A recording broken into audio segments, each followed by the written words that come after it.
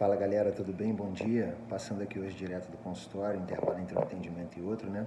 Para compartilhar com vocês também um pouquinho da nossa visão, do que a gente faz, né? E o que a gente sempre tenta levar de ajuda aos colegas, interagir com todos sobre o nosso raciocínio clínico, né? Um atendimento muito legal, ao qual o paciente chegou com uma queixa, né, clássica de uma dor lombar, tanto central em região aos níveis de L4 e L5, quanto na região sacroiliaca direita. E o maior relato dele é que há algum tempo ele vinha sentindo dor e algum quadro parestésico em região de dermatomo de L5 e S1 na face lateral da panturrilha direita, né? A princípio a gente começa a desconfiar de certos tipos de tecido que podiam estar comprometidos naquele momento, né? E daí vem a importância justamente de nós termos um contexto global avaliativo e de pensamento até para que a nossa intervenção ela seja o mais assertiva possível, né? E aí perguntando ao paciente sobre certas coisas que poderiam estar levando aquele tecido a sofrer ou poderiam estar fazendo que o segmento lombar naquele momento estivesse com uma hipermobilidade maior, nós chegamos à conclusão de que algumas estruturas ao redor tinham um comprometimento grande.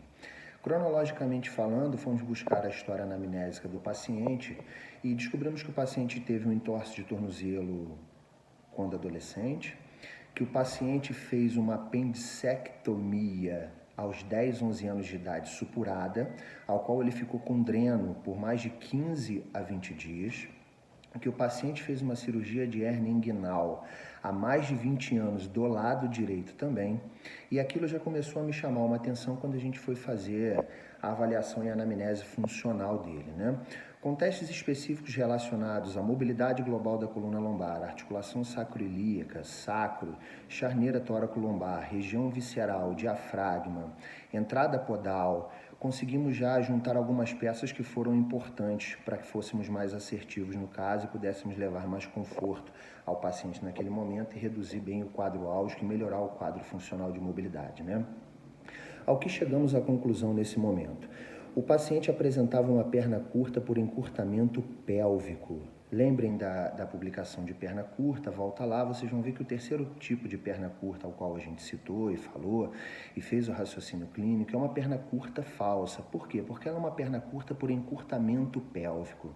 Mas, Bruno, por que isso poderia nos levar, nesse momento, a raciocinar que isso poderia também ser um causador?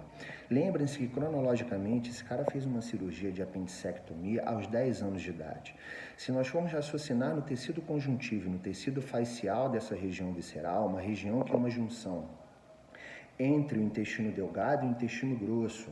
Outra coisa importante que ele me relatou nessa região, ele tem as fezes muito pastosas.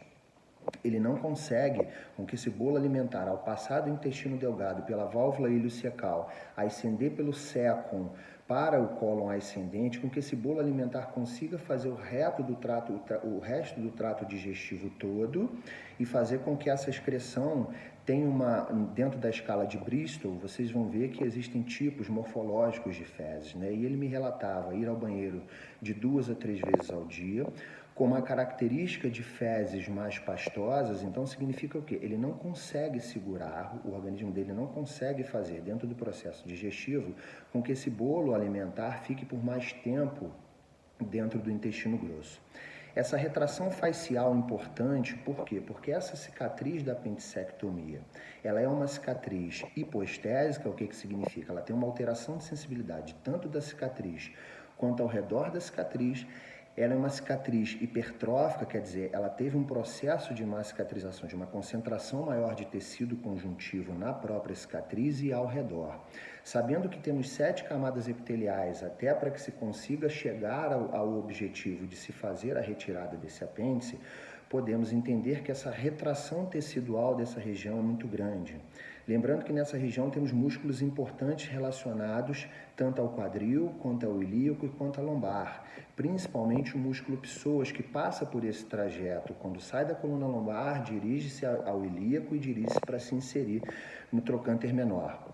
Quando fizemos um teste específico ao qual ele sentia dor ao movimento de flexão do tronco ou por ficar sentado muito tempo, a própria inibição do tecido cicatricial ele já nos dava uma resposta muito boa no aumento da amplitude do movimento e na diminuição do quadro álgico. A que nos remete isso? Que aquele momento, o segmento L4-L5, ele estava hipermóvel por uma hipomobilidade sacroiliaca. E o que significaria isso?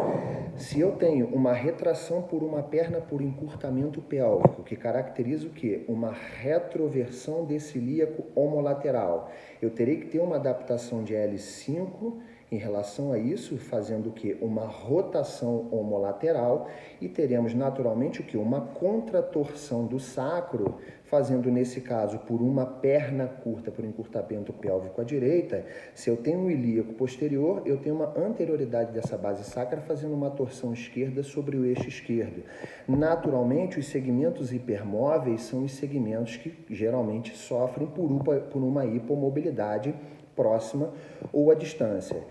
Nesse caso, retroversão pélvica direita, uma disfunção em rotação, extensão e lateroflexão à direita de L5, uma contratorção da base sacra direita olhando para a perna esquerda, fazendo uma torção esquerda-esquerda do sacro, uma retração diafragmática grande, justamente por causa de uma hipomobilidade do músculo psoas e do músculo quadrado lombar homolateral, e um sofrimento dessas vísceras, tanto supradiafragmáticas como esôfago, estômago e principalmente a questão hepática, porque ele também tinha tido uma hérnia inguinal desse lado, e também a questão de válvula iliocecal e sécum.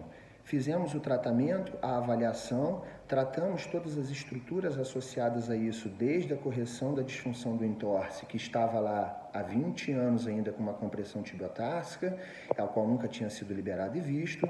Tratamos pelve, tratamos o sacro, tratamos as vísceras associadas a isso e tratamos o diafragma com todo esse raciocínio, demos funcionalidade, passamos um autotratamento ao qual ele vai começar a fazer em casa até a próxima vez que vamos nos ver, daqui a 15 dias, e ele saiu daqui hoje com um resultado muito legal. Tá beleza? Vim aqui compartilhar com vocês e, claro, sempre a nossa importância de termos um contexto global.